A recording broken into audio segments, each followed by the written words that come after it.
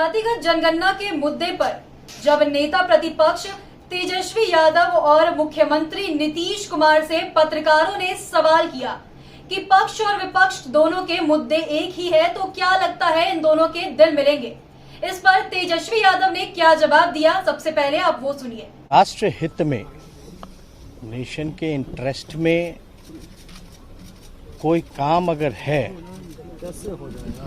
और हम सब पूरे बिहार के लोग 10 पार्टियां हैं मिलकर के आए हैं, क्योंकि ये ऐसा काम है, ऐतिहासिक काम होने जा रहा है, होगा जिससे जो देश के गरीब हैं, जो अंतिम पैदान पे खड़ा जो व्यक्ति है, उन सबको लाभ इसका मिलेगा।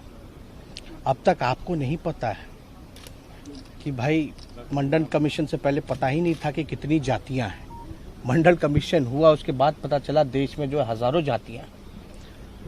और इसमें एक बात समझने की जरूरत है, जब जानवरों की गिनती होती है, पेड़ पौधों की गिनती होती है, तो इंसानों की भी होनी चाहिए। SC ST का होता रहा है और धर्म के आधार पे भी जो है, रिलीजन का भी जो है, वो उसकी भी काउंटिंग होती है।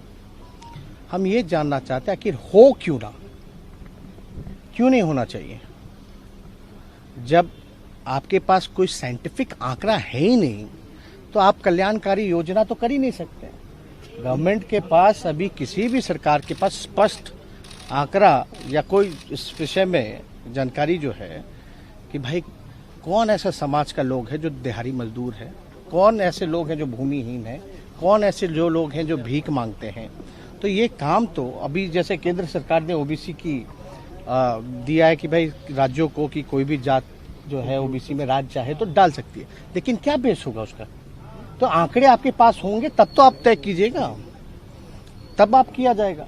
और इसमें सब लोग, एक तो ऐतिहासिक काम हुआ और पहली बार हमको लगता है कि किसी राज्य के द्वारा सभी पार्टियां, जिसमें BJP भी इंक्लूडेड है, उन सब ने मिलकर के जो है 2 बारी बिहार विधानसभा से पारित किया गया।